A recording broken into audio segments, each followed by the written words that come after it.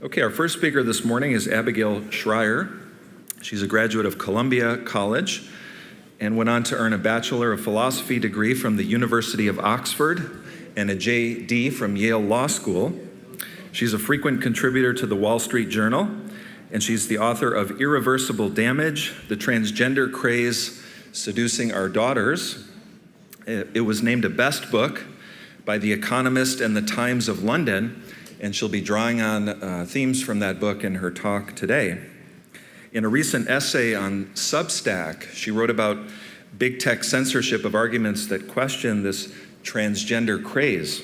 In this particular case, her subject was Amazon.com's sudden removal from its website of a book that is critical of the contemporary transgender movement.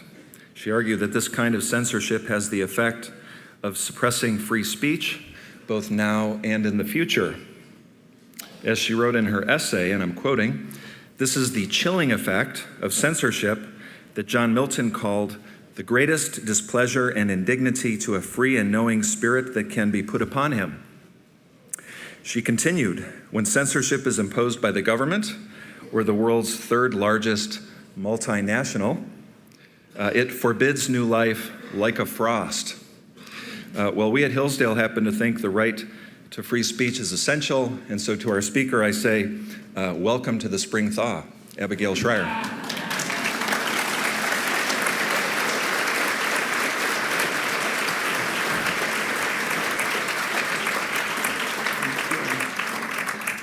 Thank you. I have to adjust this. Thank you so much for that very kind introduction, and thank you so much to Hillsdale for having me here today.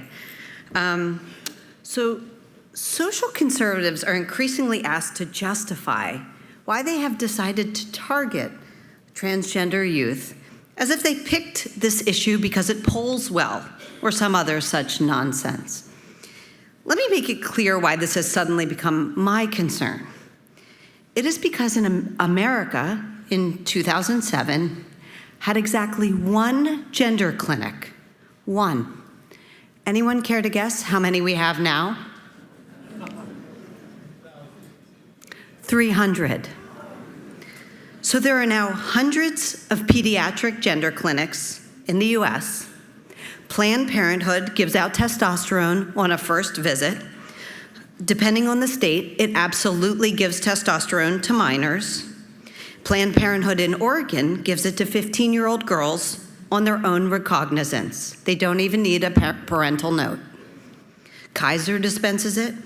So for today's teens, whether they have real or typical gender dysphoria or not, testosterone is easily available. Double mastectomy, known as top surgery, is readily available. No, they do not necessarily need parental approval, depending on the state, and they definitely don't need a therapist note. Okay, so let's talk about the transgender phenomenon. I'm going to start by walking through the major issues and claims about youth and adolescent gender transition, and we'll work our way to the big question, which is, how did we get here? How did we get to a place in which we're all supposed to pretend that the only way you know that I'm a woman is if I give you my pronouns? How did we get to an America in which a 15-year-old in Oregon can begin a course of testosterone without her parents' permission? A lot of the answer, of course, comes from the hard left, but at least one part of the answer is conservative squeamishness about issues we'd rather not deal with at all.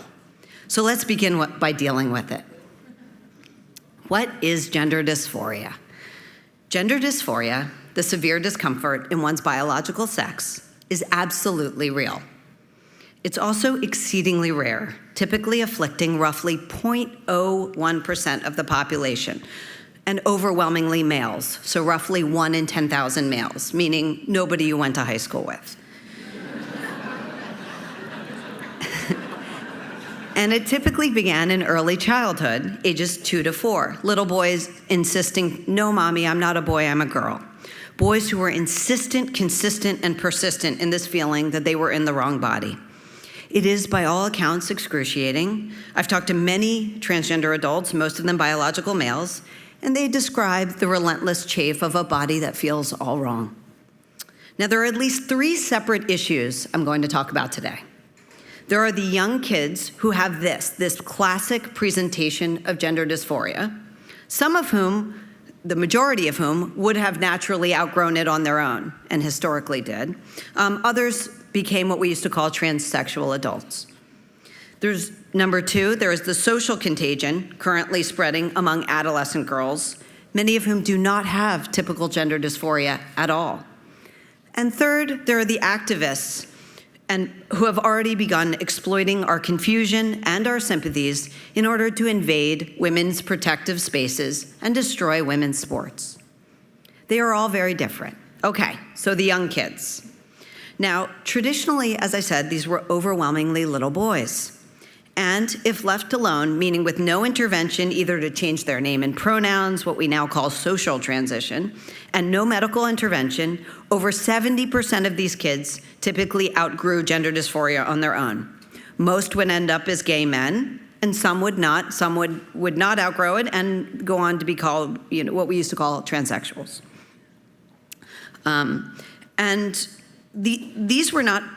Transsexuals were not people who used to pretend they were somehow really women or were always truly female.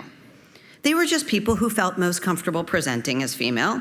I've talked to a lot of transgender adults, and they'll tell you they know that people can tell their biology is different, but their goal isn't so much to fool other people as it is to achieve a level of comfort with themselves. For many, that involves hormonal intervention and surgeries, and I have talked to several who say that hormones they took or the surgeries they underwent brought them a measure of peace. I can also tell you that they are generally holding down steady jobs and are leading good, productive lives. But today, we don't just leave kids alone who say this and let chips fall where they may, letting some kids outgrow their gender dysphoria and others to transition when they reach adulthood. Today, we decide the moment a child seems not perfectly feminine or not perfectly masculine, today we say, I know what this is. This is a trans kid. We take them to a therapist or doctor, nearly all of whom practice so-called affirmative care. That is, nearly all of whom have accepted that it is their job to immediately affirm or agree with the patient's self-diagnosis and to immediately help them medically transition. Teachers affirm young children in school, both by teaching the class that only they, the children, know their true genders, and encouraging kids to reintroduce themselves to the class with their new name and pronouns. Therapists affirm and encourage minors down this path, and even pediatricians do. And the typical next step for these kids after changing their name and pronouns to their friends and classmates is puberty blockers. Puberty blockers shut down the part of the pituitary that directs the release of hormones catalyzing puberty. The most common of these drugs is called Lupron, a drug that was originally used in the chemical castration of sex offenders. To this day, it has never been FDA approved to halt healthy puberty. Now you might ask, why would any parent or doctor do this? Why would anyone stop the puberty in a child, even a child with genuine gender dysphoria, when that child would be highly likely to outgrow the gender dysphoria if left alone? Some say because it's traumatizing to let a child go through the puberty of the sex to which they don't wish to belong. The problem of this, of course, is that in many cases, puberty does seem to have helped children overcome their gender dysphoria. But there really is no satisfying answer to why someone would do this, given that scientists have no way of predicting which children will outgrow the dysphoria on their own and which won't. But the argument that's made is that these kids can't wait. The suicide rates for the trans-identified youth and trans adults are very high, the argument goes, and so we need to get in there and start fixing them as soon and dramatically as possible. But unfortunately, there are no long-term studies that indicate that puberty blockers cure suicidality or even that they produce better mental health outcomes. There are not even good studies that show they are safe for this population long-term, nor that they are reversible. There's a big debate right now in the medical community about whether and to what extent the effects of stopping healthy puberty in adolescence is reversible if these kids later stop taking them. What we do know is that puberty blockers will block all the secondary sex characteristics, sexual maturation, and development of bone density from occurring. We do know that because of the inhibition of bone density and other risks, doctors don't like to keep a child on puberty blockers for more than 2 years. And we know that once a child's healthy puberty is arrested, placing her entirely out of step with her peers, this seems to guarantee that she will proceed to cross-sex hormones like testosterone. In studies, nearly 100% of kids who are put on puberty blockers proceed to cross-sex hormones. And we know that if a child goes from puberty blockers to cross-sex hormones, that child will be infertile. She may also have permanent sexual dysfunction, given that her sex organs never reached adult maturity, but she will certainly be infertile. So the claim that puberty blockers are safe and reversible for this population is not well-founded. And the claim that it's a neutral intervention, just a pause button, they say, without serious downsides, is simply false. We wouldn't accept this level of glib salesmanship in any other area of medicine. Okay, so those are the kids who actually have gender dysphoria. For the nearly 100-year history of diagnosing gender dysphoria, these little kids were what we were talking about when we talked about gender dysphoria. But in the last decade, that thanks in large part to social media, there's been another population that claims to have gender dysphoria. This is a population that never before had gender dysphoria in any significant numbers. In fact, before 2007, there was no extant scientific literature on their having gender dysphoria at all. Teenage girls. This is the phenomenon Brown University public health researcher Dr. Lisa Littman called rapid onset gender dysphoria. And it refers to a sudden spike in transgender identification among teen girls with no childhood history of gender dysphoria at all. Not only have the rates of these girls claiming trans identification risen dramatically in the US and all across the West, over 4,400% rise in teen girls presenting for gender treatment at the UK's National Gender Clinic, for instance. But teenage girls are now the leading demographic of those claiming to have gender dysphoria. What's going on? The answer is social contagion. One more instance of teen girls sharing and spreading their pain. There's a long history of peer contagion with this demographic, of course. We know that anorexia and bulimia spread this way. And we know that this demographic, teen girls, is in the midst of the worst mental health crisis on record, with the highest rates of anxiety, self-harm, and clinical depression we've ever seen. We know that the population who tends to fall into social contagions is the same high anxiety, depressive group of girls who struggle socially in adolescence and tend to hate their bodies. Add to that a school environment where you can achieve immediate valorization and popularity by declaring a trans identity, and of course, the delicious temptation to stick it to mom. Add further the great many trans social media influencers who can't wait to convince troubled teen girls that identifying as trans and starting a course of testosterone will cure all of their problems. And you have a very fast-spreading social phenomenon. I've spoken to families at top girls' schools that will attest that 15 or 20%, or in one case 30%, of the girls in their daughter's 7th grade class now identify as trans.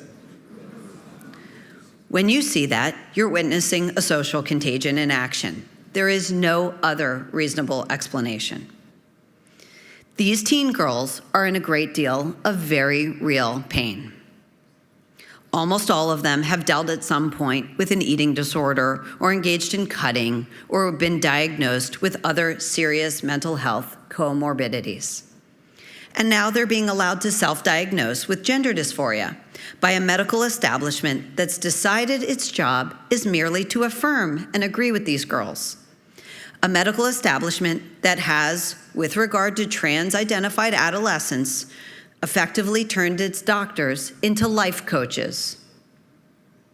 Since my book, Irreversible Damage, was published in June of 2020, more evidence than I ever could have imagined has come out indicating that this thesis is correct. You may not know the name Kira Bell. This is a young woman in the UK, very troubled in adolescence, who was rushed to transition in her teen years and came to regret it. She underwent double mastectomy and spent years on testosterone, only to realize that her problem had never been gender. She sued the National Gender Clinic in England, and back in December, the High Court of Justice examined her case and the claim of similarly situated plaintiffs, and she won. The court examined the medical protocols applied to her, protocols identical to the ones we have in America, and the High Court of Justice was horrified. It was absolutely appalled that a young girl had been allowed to consent to eliminating her future fertility and sexual function at an age when she could not have possibly gauged that loss. She had begun transitioning at 15. This case was called a landmark case in England. It was covered by the Times of London, The Economist, and even The Guardian. It was seen as a real condemnation of the effort to fast-track so many young girls to transition. And one of the things the court noted was that the clinic had been unable to show any psychological improvement in the girls it had treated with transitioning hormones. If you didn't read about the landmark Kira Bell case in the American legacy media, well, that's because they decided to pretend it didn't happen. Just as they continued to ignore or dismiss the stories of the thousands of detransitioners. These are young women who underwent medical transition and later regretted it and attempt to reverse course. A lot of these treatments are permanent, but they do what they can to try to reverse some of the effects. So in America, the teen trans phenomenon gets treated as a conservative issue.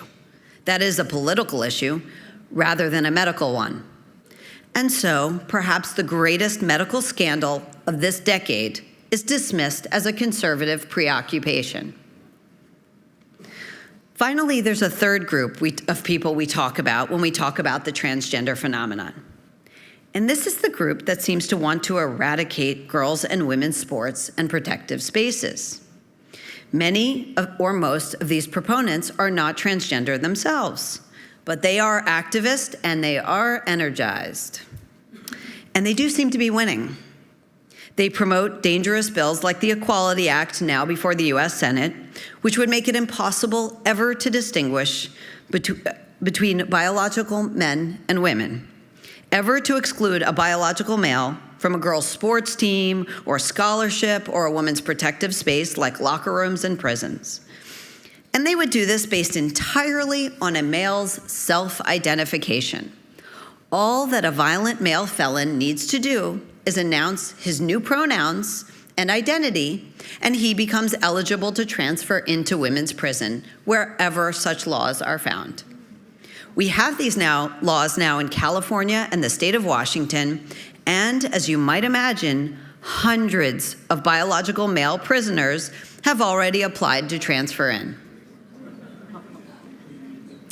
For this third group, it is not enough that we create a separate unisex bathroom while preserving a women's room for women.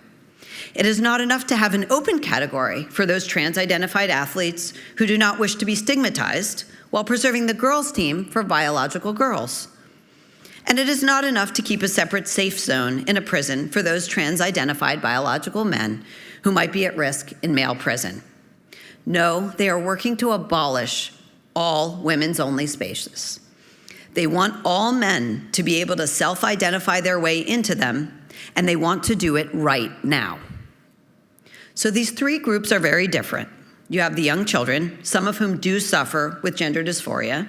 You have the adolescent girls, most of whom are caught in a social contagion.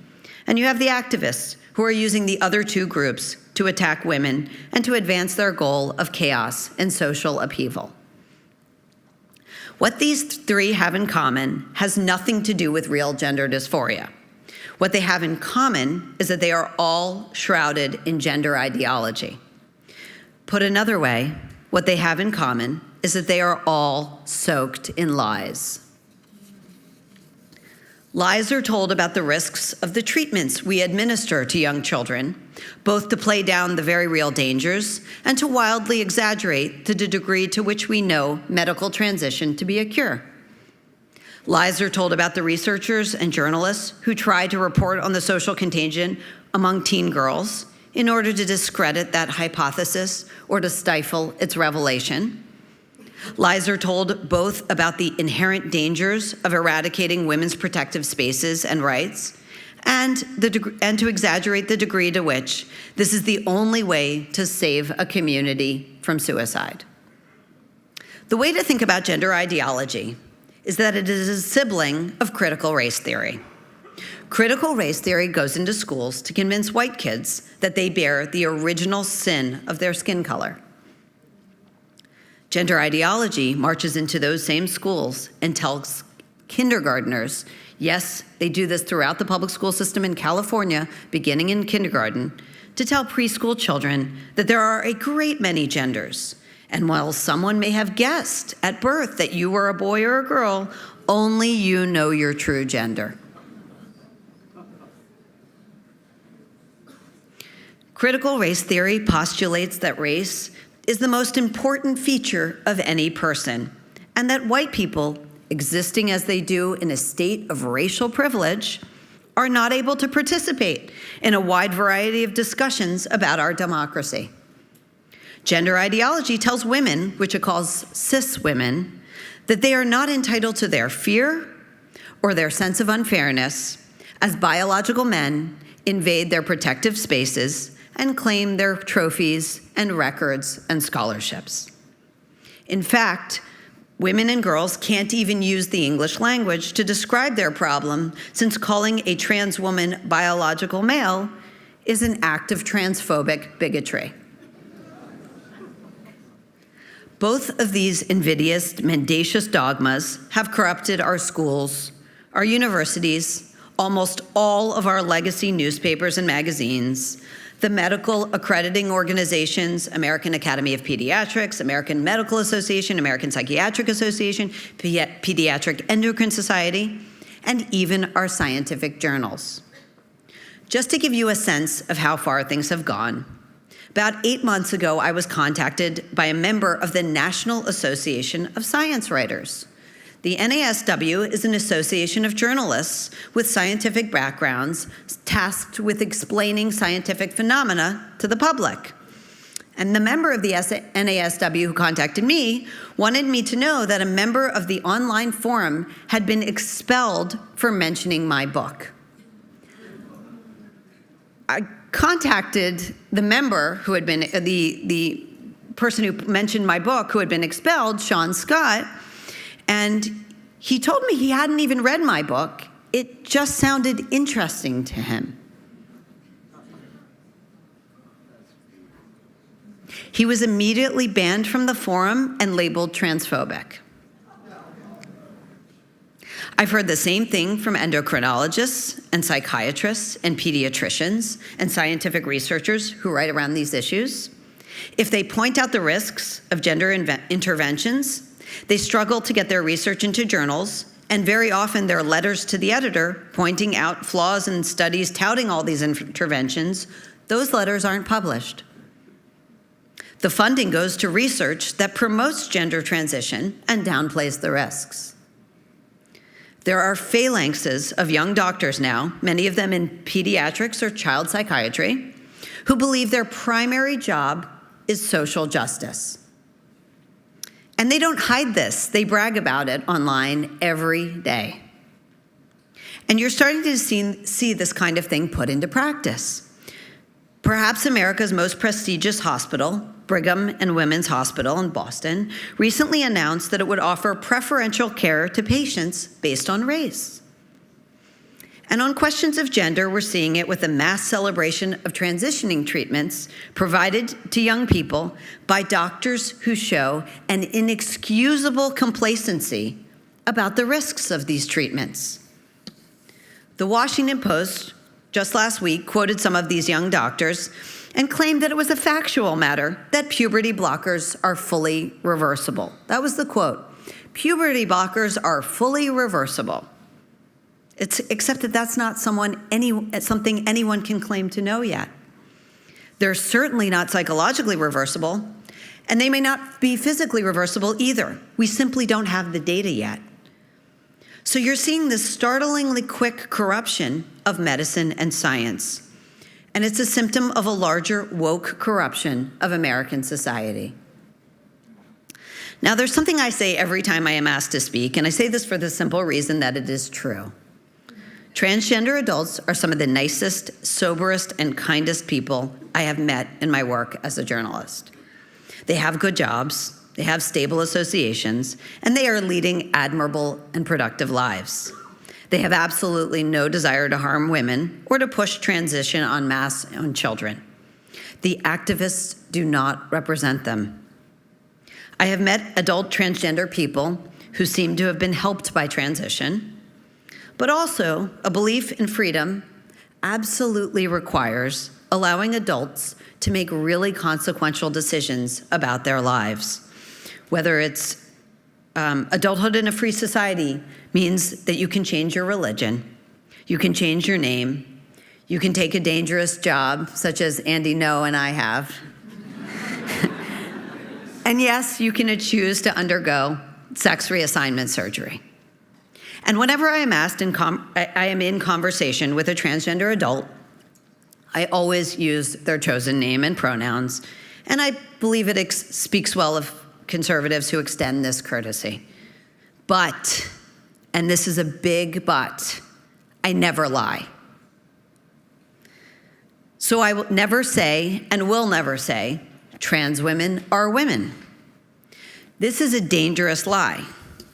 It's a lie which, when promoted in public, leads to unjust and even dangerous consequences for women and girls. When we lie in public, we usher in all kinds of consequences: the obliteration of women's protective spaces and the destruction of women's and girls' athletics. Parroting these lies is not mere courtesy, whatever proponents say. It's the cowardly surrender of women's welfare as a sacrifice to the woke gods, and it's wrong. In the public sphere, the lie is the harm. It does damage to our ability to communicate, to comprehend each other, and it makes it impossible to object in the face of unfairness and cruelty.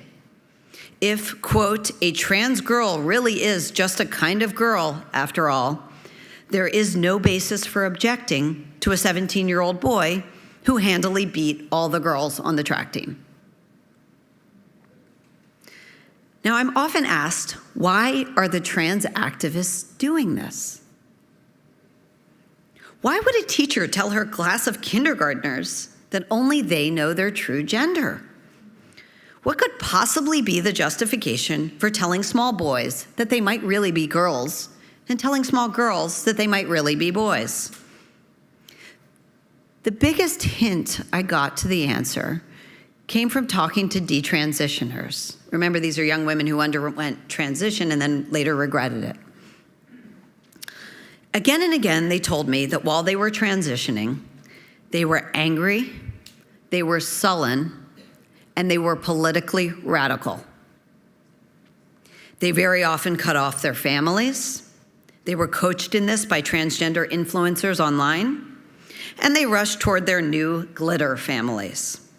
You'll often see gender-confused people among the ranks of Antifa or at Black Lives Matter rallies.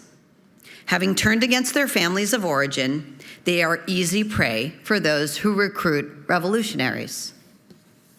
Put another way, The chaos is the point.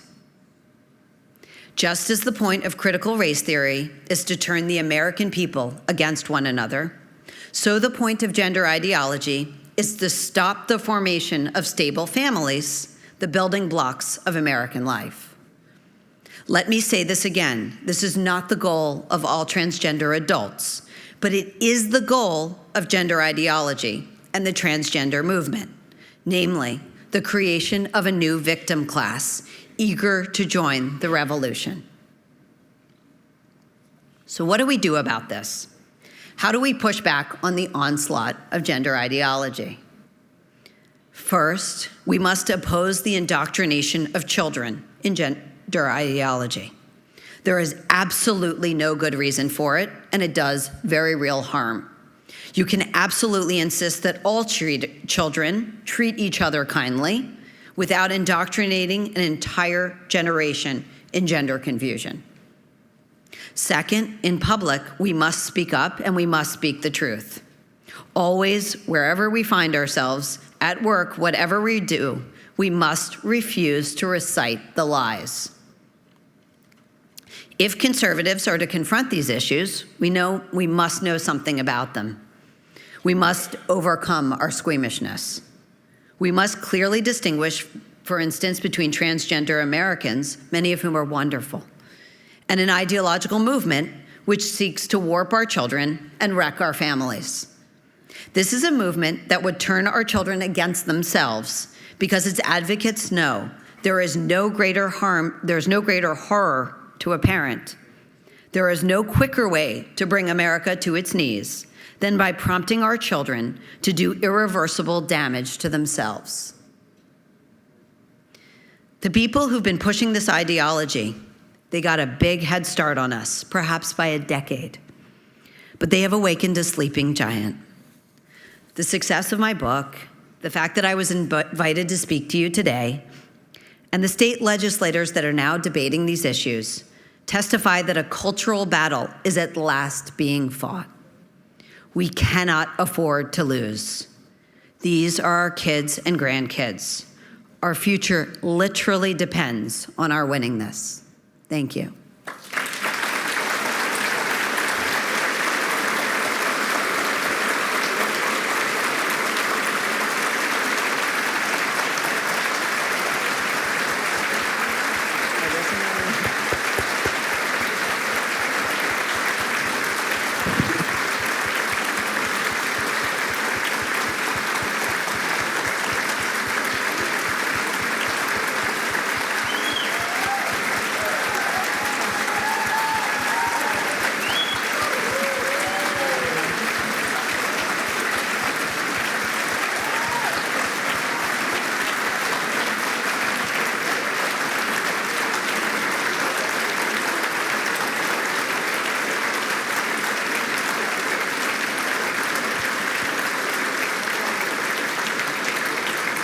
This is the first audience I've been to that didn't want to throw things at me.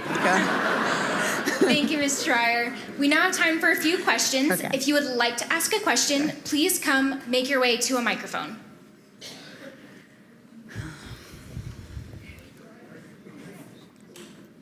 Yes. Abigail, couple things. Number one, Caitlyn Jenner. Couple questions. One, have you ever met her? Number two, would you vote for her at this point if you were a California resident? And number three, if she were to become governor of California, how would this movement change? Thank you. Okay, so I would have, I don't know very much about her politics. I really don't, except that she's a Republican and supported Trump. I don't have any problem with electing someone like Caitlyn Jenner. I will tell you that she has certainly pushed back on some of the activists, and she has said that transitioning was easier than coming out and supporting Trump.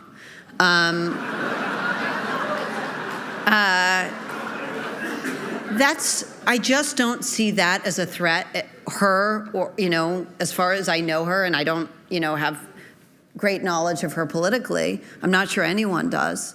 But I don't see someone like her as a threat. Now, that doesn't mean that someone who has a history of encouraging puberty blockers on children isn't a problem. The biggest threat we're facing in America right now is, and Elizabeth Warren, I think a week ago, said that it's transitioning care, they call it gender affirming care. This is another lie. Gender affirming. It's only affirming your gender. That's all we're doing. Is a right, a human right of children.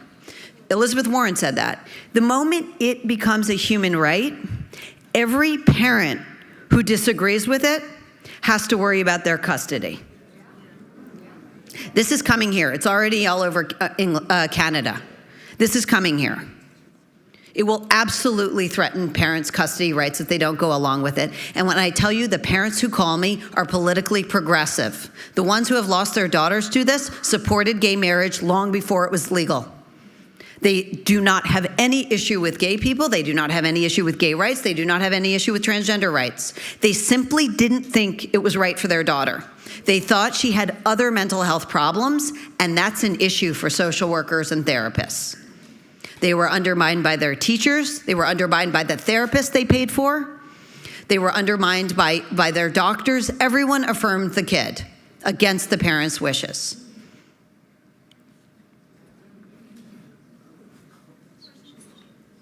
Question to the speaker's left.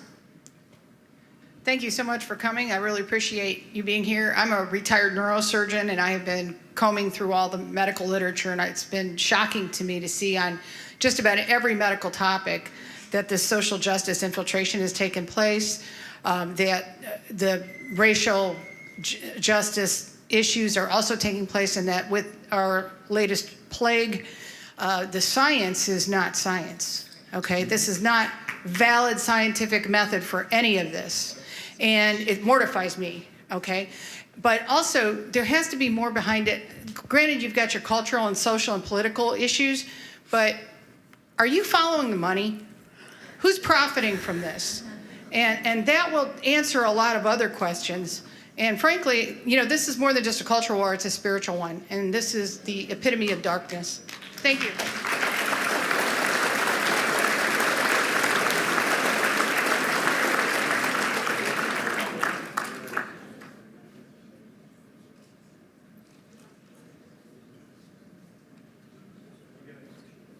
Should I respond? Okay, so, sorry. Like I said, I'm not used to friendly audiences. Sorry. Okay, so that's right. I mean, there is a political, there is a question of the funding. I don't personally, there are journalists who have done work to trace the funding. I actually look at the culture. I mean, that's what I do as a journalist. I look at cultural phenomena. And part of the reason is, well, I do it because that is what interests me. I mean, that's the truth. But I will say this. Conservatives are really good at understanding things in terms of politics. What we're not so great at is fighting cultural battles. One might say we're pretty bad at it. Because we see an issue like this and we kind of say, ugh, that has nothing to do with me. Yeah, actually it has everything to do with everyone in this room. It's being pushed so aggressively in the public school systems that there are, I was able to, in my book, I talk about my investigation into the California public school system, and what I found was that there was no distinction between the activists and the public school teachers. The activists are literally training the teachers.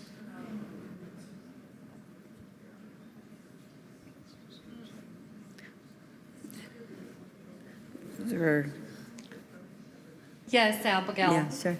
Yes, I can't see. I'm here. Oh, there you are. Thank you so much for being here. You've written such an important book. I actually discovered you on the interview that you did with Jordan Peterson, which I would welcome everybody to check out online. I guess I just wanted to expand on the previous question. I have a lot of doctors in my family and haven't really gotten any satisfaction when I've tried to talk with them. With regard to the Hippocratic Oath and the doctors that you spoke with, I mean, how did they reconcile performing these surgeries and hormone treatments with that oath. So I talk about this a lot in my book because I interviewed some of the surgeons who perform these surgeries, and so anyway, I talk to them, and I go through that a little bit. But one of the things I will say is, this really is an ideology, and when it captures people, there's a remarkable incuriosity about basic science. So, for instance, they will say to me, but they're so happy when they seem very pleased. I'm saving lives. They believe that.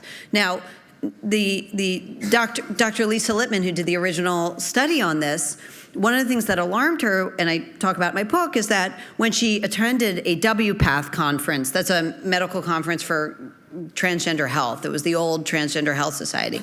What she couldn't believe is that when they would discover, this was her first, she's an OB-GYN by that was her first residency and whatnot. And this was her first WPATH conference, and I think 2017 she attended. And what she discovered was that it was the only medical conference she had ever attended. This woman is a politically progressive, where no one was discussing the risks. It was a celebration-only zone. And in fact, they would then go on to deplatform speakers. Now, these were experts in gender dysphoria like Ken Zucker. These are not right-wingers. But if they were willing to talk about risks or any course of treatment other than immediate transition, they were canceled.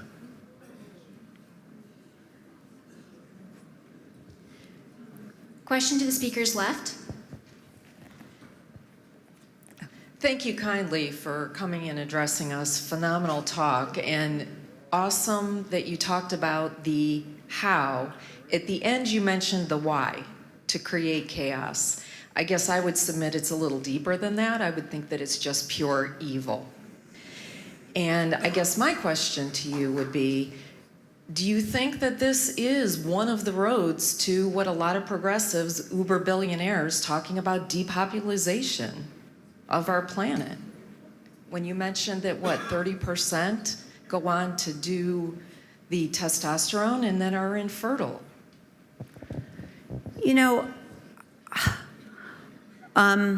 It's hard for me to assign motivation without evidence.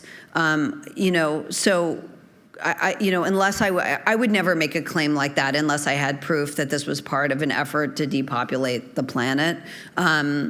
If there was evidence, I would certainly look at it. But I think, the way to understand it is really to look at other radical left movements, because they seem very similar. They seem to be creating chaos in the population because if you have total chaos and overhaul, then what you want is redemption through this new political order.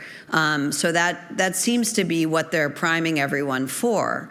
But again, not everyone needs to, who promotes this needs to be totally aware of that, but they're participating in an ideological movement that seems to be headed that way.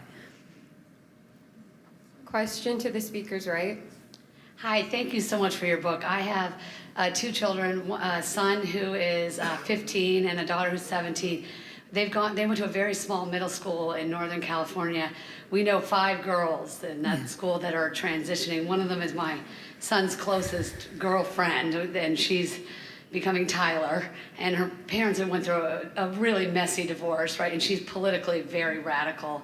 But another mom I just spoke with, her 10-year-old daughter came home saying, I'm binary, pansexual, and I'm identifying as a boy now. I don't know what to say to her. I just need some practical advice. What should I say to this mother? Well, a couple of things. I think the book is helpful because my book doesn't exactly tell you, it gives you some suggestions, but it really isn't about what to do. It's more about how to understand this. But to all of you, I would say, the moment you hear that, get your kids out of that school.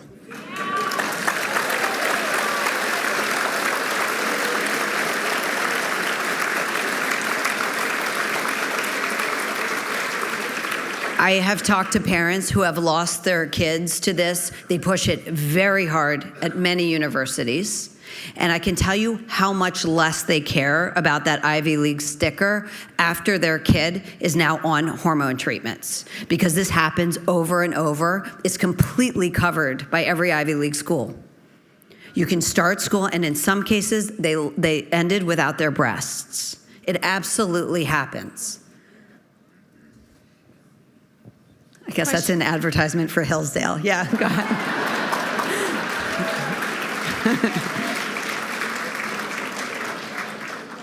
Question to the speakers left. I just wanted to make a couple of comments. Years ago, I spent some time in Sweden with the military. And one of the things I learned about Sweden was through the people I was working with, where they said the state owns your children. And I said, what do you mean by that? They said, we bring them up, we feed them, we put clothes on them, but we do not own them. The state can come in anytime they care to and remove them from your family for any reason. Well, that started me thinking about it, and over the years I discovered that the Marxist lifestyle is to break down the family any way they can, and once they take over, they can change things to fit their situation. They want to create chaos, like you were saying in your book. This is all a useful distraction for something else that you're talking about. It's just one out of many distractions. So the type of politics that we're heading toward will be, as you said, the way the left works. This is not their real agenda. Their real agenda is control over every living thing.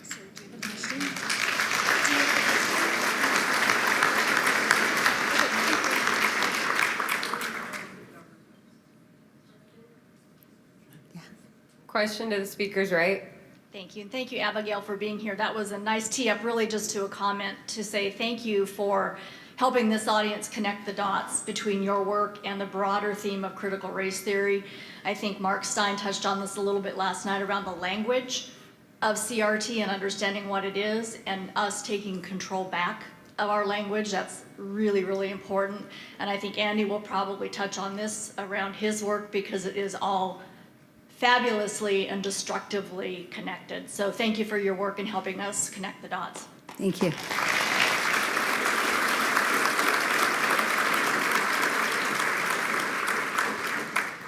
Question to the speakers left. I'm sure my wife is asking herself, what are you doing, Bill? But first of all, I want to salute you and thank you for your courage. Thank you. Thank you.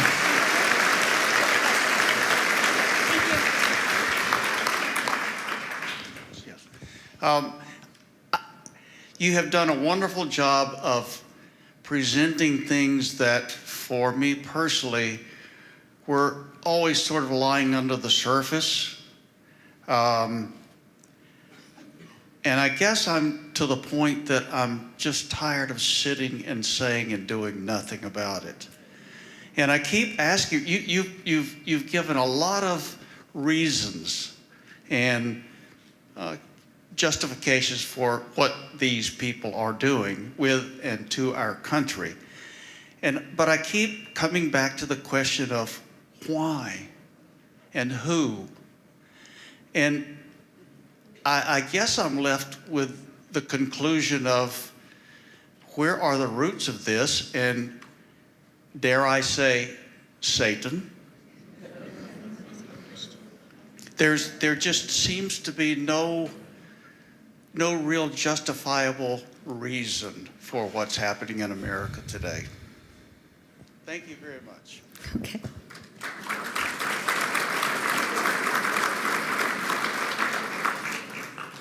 Question to the speakers, right?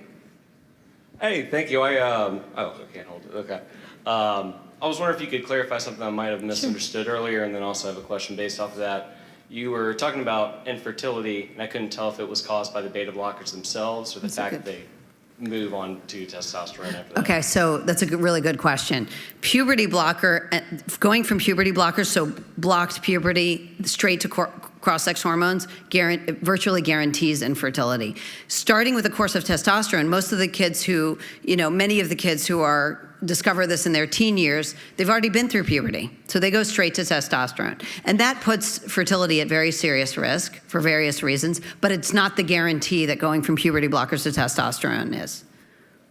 But puberty blockers themselves, do those cause infertility, or is it more what comes afterwards? Well, you can't have a baby if you haven't gone through puberty. So of course you aren't fertile while you haven't even been through puberty. And then if the puberty blockers, if you go off the puberty blockers, there is a chance, you may just revert to normal. We don't really have the data yet to know because we haven't been experimenting on these kids for long enough. So, I mean, it is experimental treatment. That's what we're doing. We're conducting a mass experiment. So traditionally, puberty blockers were used in many different ways, but one of the ways was there's a condition called precocious puberty, and that is when a 4-year-old starts developing breasts. So we shut off an overactive pituitary, essentially, or we pause it. That was the idea. It was a pause button, and then you could we could take the kid off of it, around the time it would be normal and healthy to go through puberty, and at that point, puberty seemed to take its course without problem. The problem is we're now putting puberty blockers into a different population. These are kids who are going through healthy, normal puberty, and we're arresting that.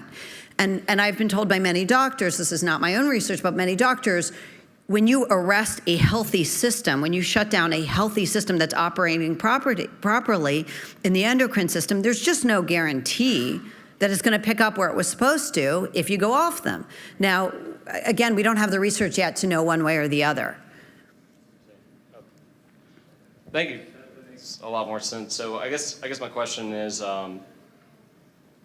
it sounds like we're seeing that the current social trend is creating like a hyperinflation of people who are, or children who are, have gender dysphoria. Is it possible that before now it kind of skewed lower than it actually was due to it being a lot harder to come out as gender dysphoric? And have you ever seen a child in the instance where if we found that puberty blockers were potentially healthy, where they could have the case to actually benefit from it? Sure.